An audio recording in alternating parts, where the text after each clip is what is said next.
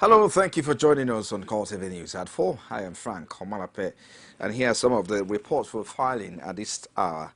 A Catholic priest has been murdered in Owerri, Imo State capital, southeast Nigeria. The priest, whose lifeless body was found along a lonely bush path, is yet to be fully identified. However, an identification card found on him shows he is a staff of Imo State Polytechnic, and the police public relations officer Andrew Enwerim over the phone confirmed the incident to CoreTV News, adding that the police has recovered a sports utility vehicle SUV belonging to the deceased, but no arrest has been made in connection to his death. While speaking with CoreTV News, the police said they are suspecting a case of assassination owing to the condition of death of the priest who was found on the bush path leading to Port Harcourt. According to Enwerim, the endless fracas emanating from Imo State Polytechnic cannot be distanced from the case, while promising the commitment of the force to investigate and bring the perpetrators to book. And now the managing of the Nigerian National Petroleum Corporation, headed by its group managing director Emmanuel Kachuku, will today be having a meeting with key officials of reunions in the sector as well as the entire workforce, a bit to chart a new course for the sector. The Nigerian Union of Petroleum and Natural Gas Workers and Petroleum and Natural Gas Senior Staff Association of Nigeria Pengasin has raised concerns over the approach adopted in implementing reforms in the oil and gas industry by the NNPC management. The oil workers, who said they were not being carried along in the process, had challenged Kachuku to recover the stolen trillions of naira in the sector rather than sack workers they describe as innocent. Kachuku, in a statement, had stated that the mandate given to him by the President Muhammadu Buhari was to turn around the entire commercial processes and procedures in order to impact on the growth trajectory and operations of the corporations. And our Boko Haram leader Abubakar Shekau has allegedly released an audio message in response to claims by Chadian President Idris Deby that he has been replaced. The message was posted via Twitter by individuals believed to have links to IS. In the audio message addressed to ISIS leader Baghdadi, the man that claimed to be Shekau insisted he is alive and remains in charge of the group. He also derided President Muhammadu Buhari for handing down a 3-month deadline to Nigeria's newly military leaders to end a 6-year-long insurgency. The Nigerian authorities are yet to react to the first audio or video message released by the Boko Haram leader since March. And now the immediate past Minister of Finance, Ngozi Okonjo-Iweala, has described as untrue allegation that a substantial part, over $600 million of the $1 billion Chinese loan obtained for railway project was diverted. Okonjo-Iweala, in a statement by her media advisor Paul Nwabuikwu on Sunday, also explained that contrary to the allegation, the Kano-Lagos rail project was not part of the project listed for funding from the Chinese loan. President Muhammadu Buhari had last Monday queried the Ministry of Finance for alleged diversion of foreign loans obtained for rail projects by the administration of former President Goodluck Jonathan. Specifically, the president was seeking clarification on alleged diversion of a substantial part of $1.05 billion obtained from the Chinese Exim Bank for the construction of a standard gauge rail line linking Lagos to Kano. And our Vice President Yemi Osinbajo will on Monday represent President Muhammadu Buhari at a peace mediation summit on the situation in South Sudan holding in Addis Ababa, Ethiopia. According to a statement by his senior special assistant on media and publicity, Laolu Akonde, the vice president was scheduled to leave Abuja for Addis Ababa on Sunday evening. The summit will be on the platform of the Intergovernmental Authority, IGAD+. IGAD is the regional trade group of 18 African countries from the Horn of Africa, Valley and the Great Lakes. Joining IGAD for the peace effort are a number of leading African nations, including Nigeria and others, like the United States, China, United Nations, European Union, among others in the international community.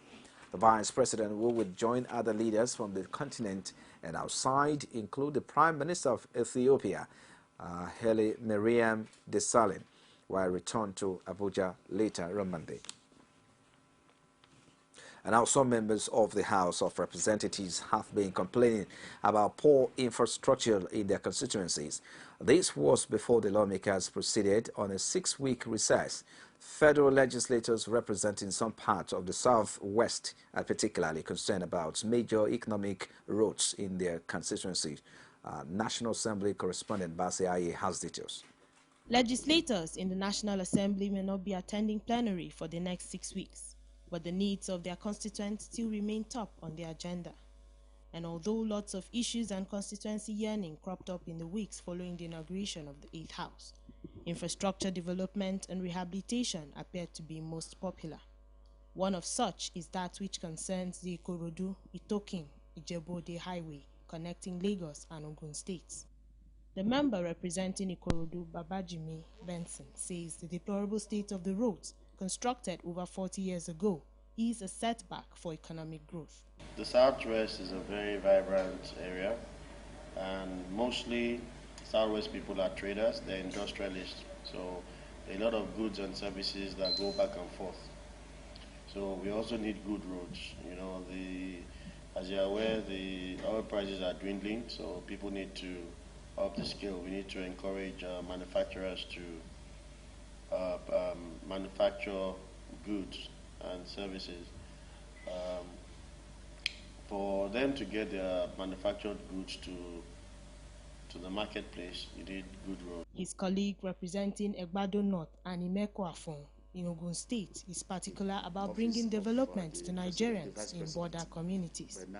He stressed the need to revamp the agency saddled with this responsibility. So what we want to do as soon as we resume is to bring a bill before the House to amend the act that established that agency with a view to expanding their source of funding so that they can have enough funding to develop border communities. So my people expect this from me.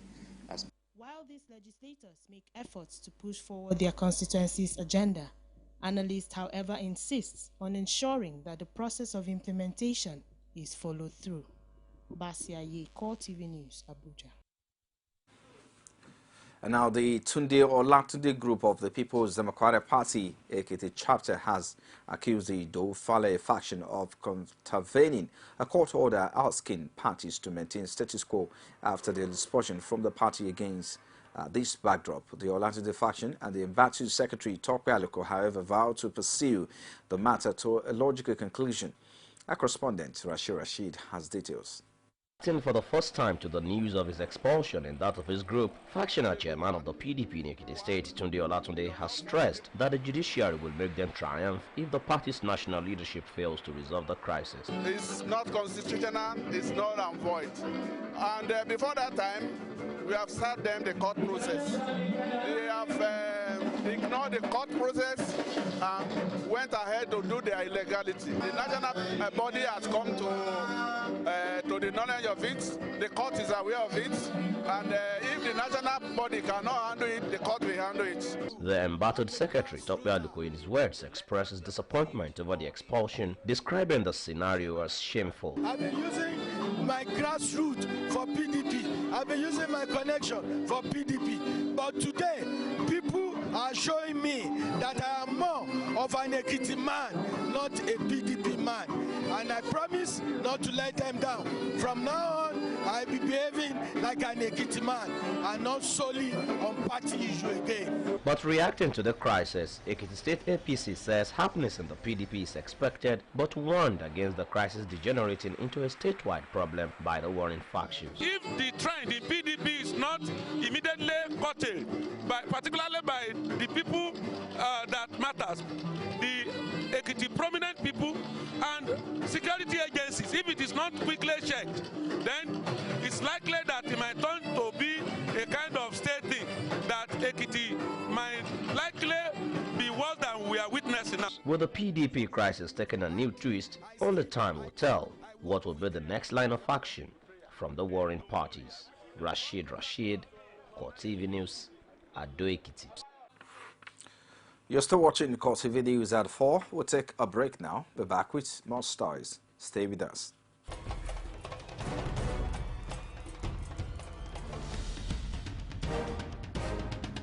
This is what the people are saying. You don't run a big economy with generator. They need to do more in terms of energy and power. Many things to do for this Nigeria about lights, water, and new TT. For Nigerians that are not gullible, we know that good laws have done nothing good for this country. Buhari won the election convincingly.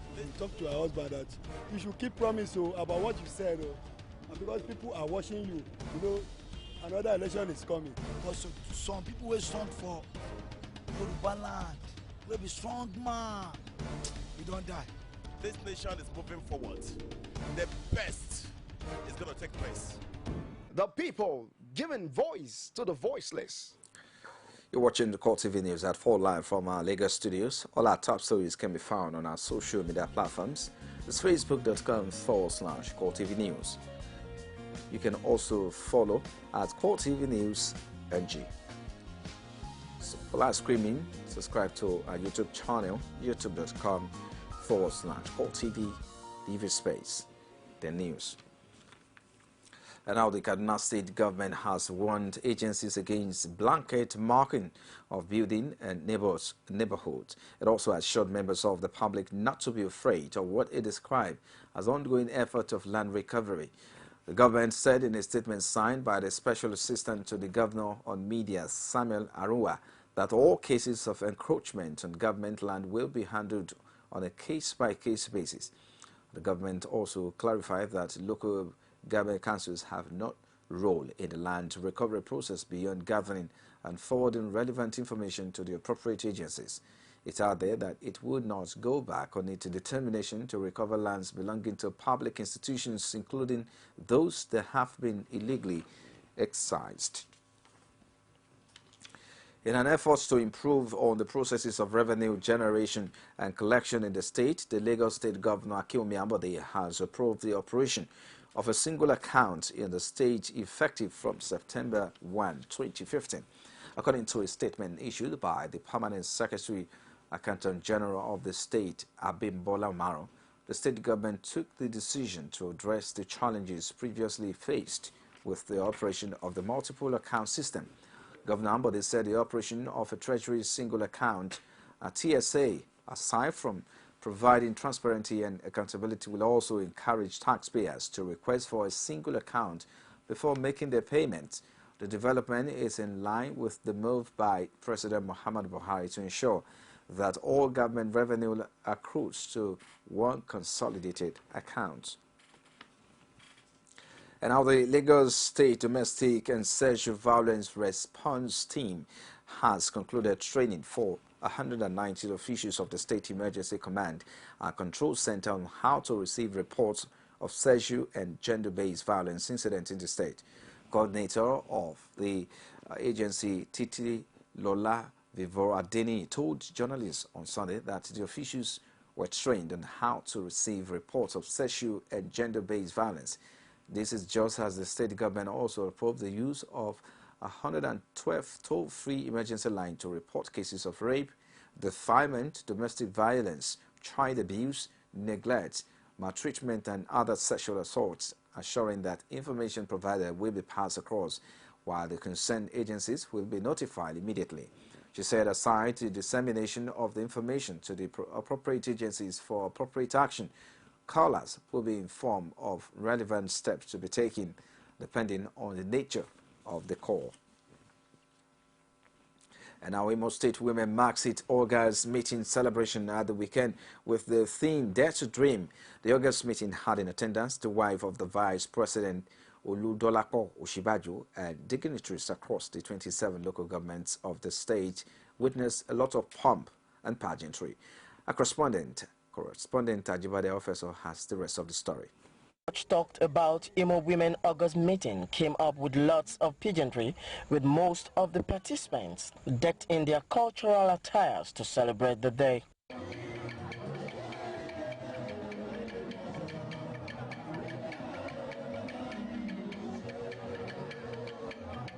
with the display of farm produce and livestock to showcase a typical example of an African setting. Some of the participants express what the day means to them.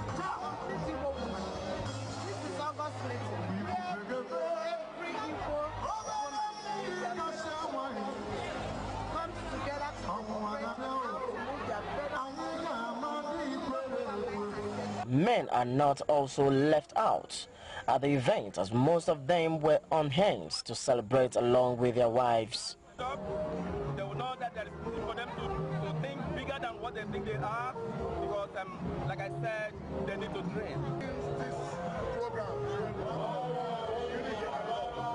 when people gather like this, they love each other. But when people scatter, even the parents and why you show the world like package. You show the world how beautiful and how homely the Igbo women are.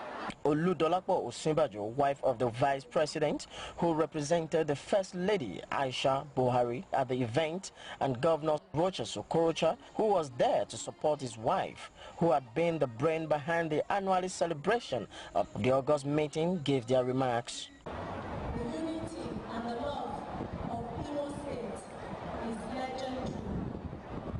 And Her Excellency Hajiya Aisha Muhammadu Buhari, she's depending on every woman in this space to look after every man and child in Imo State. She's depending on the women that are here to ensure that they bring up their children in the knowledge of truth and in the knowledge of unity. Today, this is women.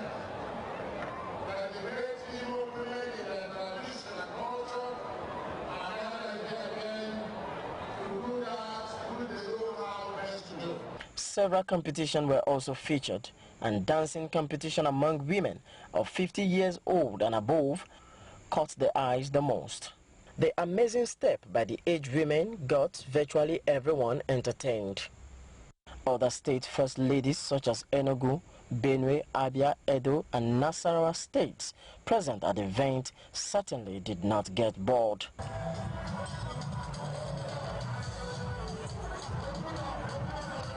The Ngokpala, 76-years-old woman who had been the defending champion for 3 years now, emerged the winner.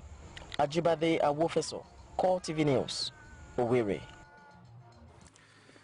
Hello, much of entertainment there. Let's move away from there now. For the average newspaper reader flipping through the pages of the dailies, cartoons are nothing but a source of amusement. But for others, cartoons also serve as a source of shaping national discourse. In this special report, our correspondent Abiola Luwale takes a look at how deep the impact of newspaper cartooning is shaping opinion on national issues. Newspapers such as Charlie Hebdo and others like it are known for their satirical cartoons, especially in looking at naughty issues. This comical approach has helped in shaping opinion on oftentimes very controversial issues. For readers of newspapers in Nigeria, such satirical pieces in most dailies is a source of news as well as shaping opinions. Though cartoons are relegated to the obscure part of the news dailies, yet their prominent role at molding public direction cannot be overemphasized. Many a time telling us what is happening, in the society in a caricature manner, and that help us to, to laugh at it all, in order for us to understand them more. It makes us to even know that this is a problem going on in a simpler manner as well. To an avid reader of the dailies, cartoons play essential role in shaping opinion at a particular direction. If you look at some of the cartoons, the newspapers, you will see that me looking at them, it gives you some information on economic issues, on corruptions, on politicals, and everything you might think about. So it's a very good, best way of communicating. The cartoonists, they conceptualize their works after trending social issues. Irrespective of the position accorded cartoons in our national lives, the truth remains satire should be properly conceptualized to prevent it from causing mass unrest in the nation, just as the average write-up in newspapers have been pinpointed as reasons behind unrest in some parts of the world and the country. Abiola Oluwole, CoreTV News, Lagos. And worldwide to be firmly dedicated to human capacity building and developmental projects. This call was made by the National Women Affairs Secretary of NASFAT Society, Alhaja Samiat Omolara Mumuni, at the 16th Annual Women's Week. Oh yes, we have companies, we have small-scale industries, we have our members. We want to empower them. We are expecting women all over Nigeria and in diaspora. Because it's Women's Week, we are expecting over 10,000 women. We want to empower them, want them to go back to their branches and different states, you know, with something to empower them, not just come to Lagos alone, but to learn, to be enlightened, and to be business-oriented, and at least to be able to do some kind of business within the business environment. With the CoreTV News crew, the national president of NASFAT, Bayomi Bolarinwa, urged all the women to concentrate in training their children to be disciplined and God-fearing. In our religion, we have internal and external challenges, but the basic thing is for them to concentrate on training their children to become disciplined, God-fearing children. Today you hear about children leaving the comfort of their homes to go and join ISIS, right from Nigeria, outside Nigeria, to go and join a group whose brand of Islam is not known to the Holy Prophet Sallallahu Alaihi Wasallam, is not known to NASFAT. Widows empowered by NASFAT Society spoke with CoreTV News.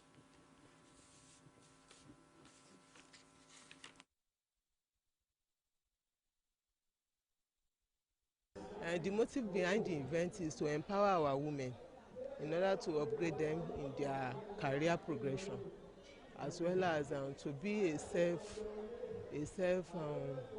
self-business woman in their respective areas, so they will not be a liability to their husband at home, to keep them busy and to improve them in all their empowerment works. The care of the elderly is very important in the society, because we grow from the young to the old.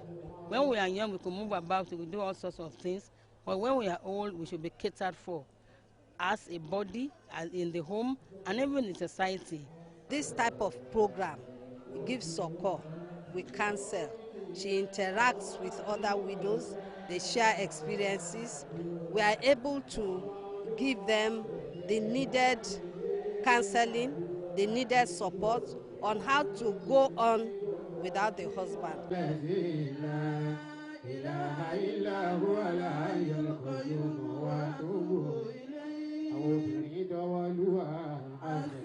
You're watching CoreTV News at 4 live from our Lagos studios. Still to come after the break, Egyptian President Abdel Fattah al-Sisi has approved a strict new counter-terrorism law against jihadists.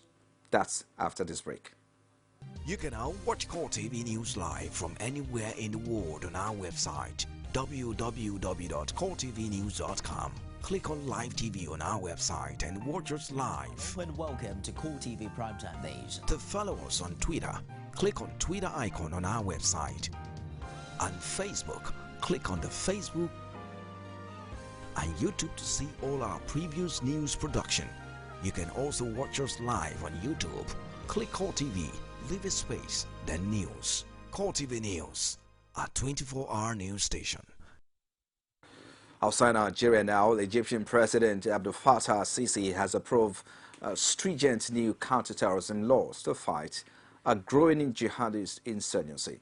The laws establish special courts and offer additional protection from legal consequences for military and police officers who have used force. They also imposed the death penalty for anyone found guilty of setting up or leading a terrorist group. Jihadist groups stepped up their attacks after the military overthrew President Mohamed Morsi 2 years ago and launched a deadly crackdown on the Muslim Brotherhood. 95 people, or 85 of them fighters, are still missing 4 days after multiple blasts in the northeastern port of Tianjin, Chinese authorities have said. At least 112 people died in the blast and hundreds have been hospitalized.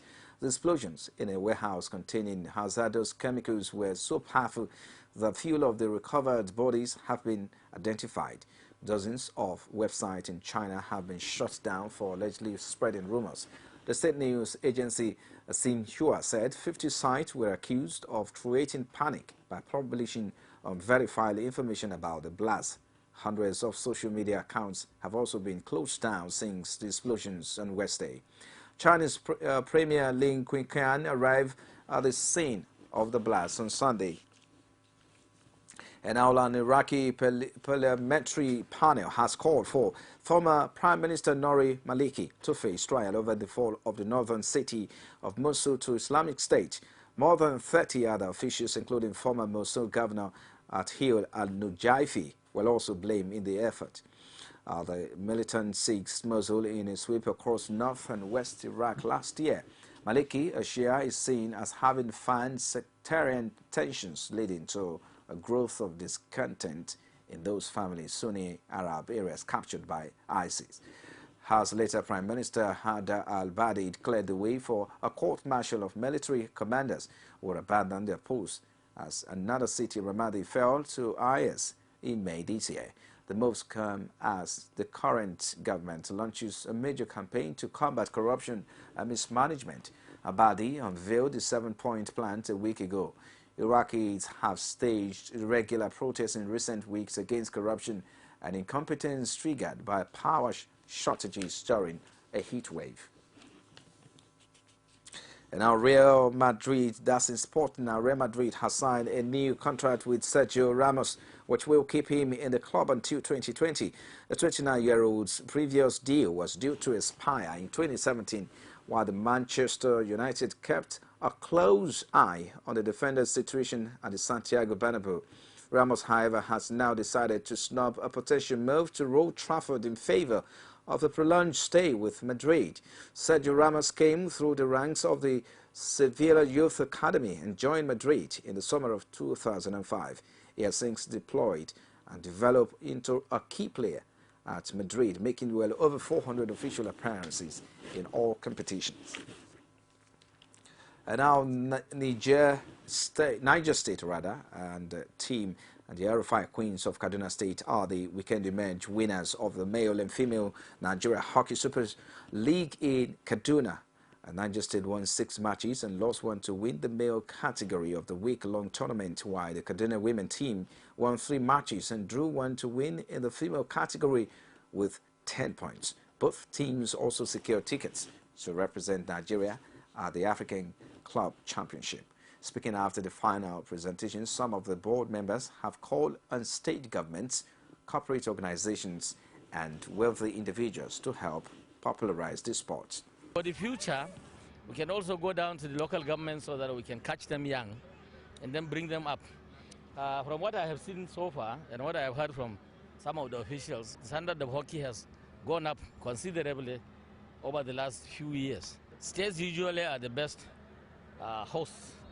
They can easily sponsor a tournament, and they can also provide the facilities like we have in Kaduna here. Next is to see these boys representing Nigeria in October at the Hockey Nations Cup coming up in South Africa. And then before the end of the year, we want to see 2 tournaments. We want to see Under 21 and we want to see League One. That is the second most important league before this one. These are the 3 things that we want to see rolling before the end of the year. The officiating is also new. We are trying to upgrade the officiating level. You could see there are gaps. The coaching is very low. The officiating sometimes is high, sometimes is low. We want to make sure that we make it standard next time. Yeah, yes, tournament was a little bit better than the last year because most of the teams were prepared. Before coming, they were in camp, so if you can see, the standard was far much better than last year. Coaches and the players, their performance. So I'm very, very happy. For getting the cup is not an easy task. So the determination and the togetherness, we're able to achieve it. So I'm very happy. This game, some people get scared of it, but I'm telling you, when you come around, you get to know the game better. You know there's no as in danger in it. You will love the game and it will help you a lot.